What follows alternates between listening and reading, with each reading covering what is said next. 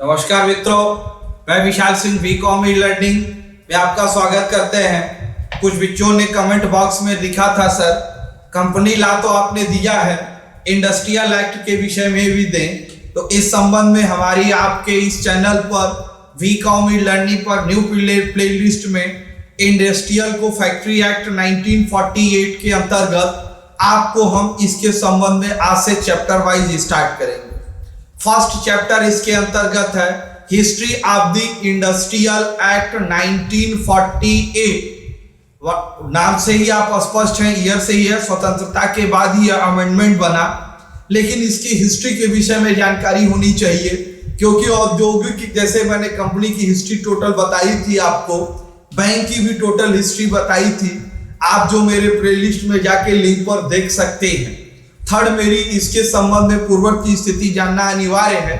First आप बताएं, भारत में फैक्ट्रियों का उदय कब से हुआ? क्योंकि भारत में सर्वप्रथम फैक्ट्रियों के संबंध में जो हिस्ट्री है, पूर्ववर्त में ये हिस्ट्री स्मॉल स्केल इंडस्ट्री हुआ करती थी। यहाँ पे लोग सूत काटते थे, कपड़े बनाते थे, लोकल लेवल पे मार्केट हुआ करती थी। भारत में जब भी ईस्ट इंडिया कंपनी की स्थापना हुई, उस स्थापना के अंतर्गत उसने जब अपना वर्क स्टार्ट किया तो 1850 में सर्वप्रथम यहाँ भारत में उसके बाद का ही इतिहास है कि वह भारत में फैक्ट्री संबंध शब्द का इस्तेमाल किया गया।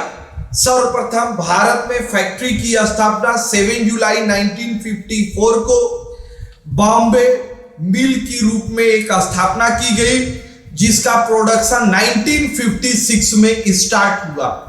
आपको मैं बताना चाहूंगा, फिर इंडस्ट्रियल एरिया के फर्स्ट बैंक हुए, जूट मिल के रूप में आपको इंडिया में कोलकाता को डेवलप किया गया। इसके बाद हैवी इंडस्ट्री के में स्टील अथॉरिटी, रेलवे वगैरह को डेवलप करने के लिए स्टील प्लांट गवर्नमेंट ने लगाए।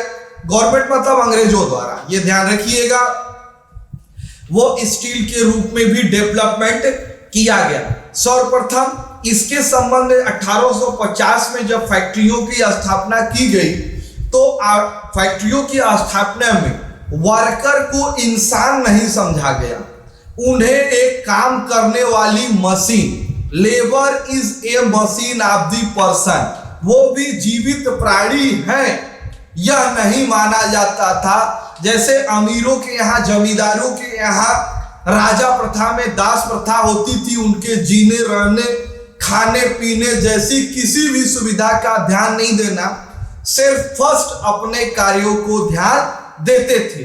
तो उसी प्रकार से फैक्ट्रियां जो इंग्लैंड वगैरह में थी, उसी के आधार पर भारत में भी ऐसी थी कि न उनके रेस्ट की संबंध में कोई कार्य वितरण लेबर का होता था, न एजुकेशन की कोई क्वालिटी हुआ करती थी, न एज का कोई वर्क हुआ करता था। कोई बच्चा चलने बोलने लायक हुआ, 6 साल का हुआ, काम पे लगा दो, इस हिसाब से वह काम पर लिया जाता था। मेल फीमेल किसकी कब टाइमिंग होगी, कब कोई काम करेगा, इस संबंध में कोई भी चीजें नहीं थी। इस संबंध में जब इंग्लैंड में लेबर लॉ का कानून बना, तब उसकी आवश्यकता भारत में भी उन्होंने समझा।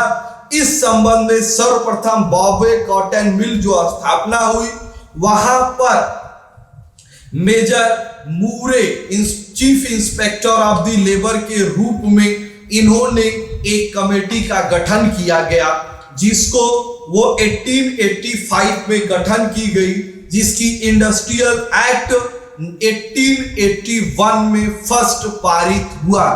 इस फर्स्ट पारित में कुछ चीजों की शुरुआत की गई। फर्स्ट शुरुआत चाइल्ड ऑफ द एजुकेशन 6 वर्ष नहीं 9 to 14 ईयर को रखा गया। में फीमेल वर्कर को जो भी काम है, उनको रात में नाइट ड्यूटी पर नहीं रखा जाएगा, वीकली रेस्ट दी जाएगी। एक व्यक्ति को 8 घंटे से 10 घंटे तक ही कार्य, 10 घंटे तक कार्य किया जा सकता है।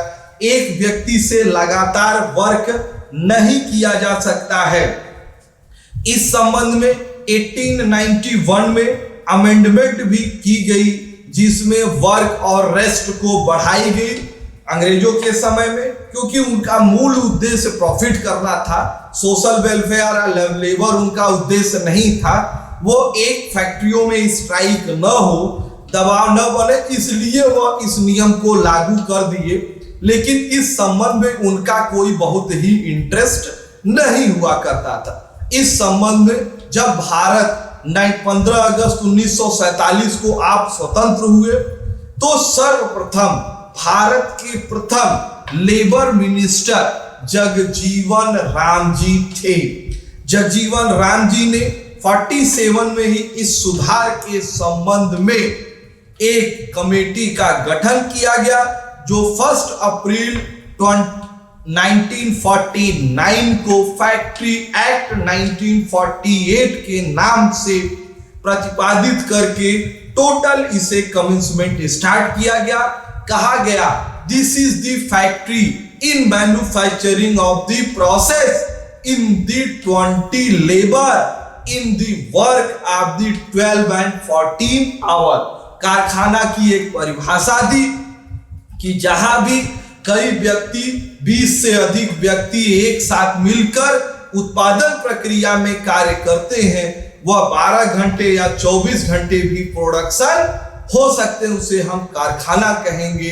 फैक्ट्री एक्ट माना जाएगा और उसमें फैक्ट्री एक्ट 1948 का पालन होना चाहिए, जिस पालन के अंतर्गत उन्होंने कुछ चीजें स्पष्ट रूप से बताई गई थी।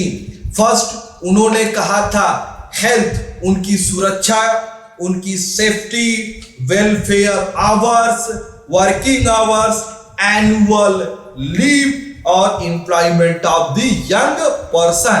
इसको मैं नेक्स्ट वीडियो में एक एक करके अलग चैप्टर वाइज डिटेल आपको बताई जाएगी।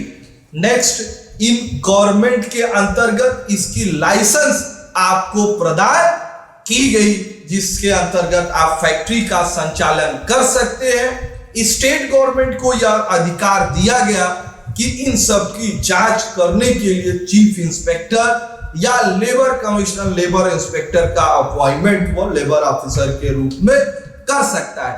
आज आप अपने वीकॉमी लर्निंग के इस history of the industrial act 1948 को पूरा देखा, इसके लिए मैं आपको धन्यवाद कहता हूं। आपसे मेरा विनम्र हेल्थ इज वेल्थ। आप अपने स्वास्थ्य का ध्यान रखिए। आप अपने इस एजुकेशनल चैनल को लाइक, सब्सक्राइब एंड शेयर करिए। यदि आपने बेल आइकन का बटन दबाना भूले हो तो तुरंत दबाएं, इसकी प्रथम सूचना आपको प्राप्त हो जाएगी। धन्यवाद।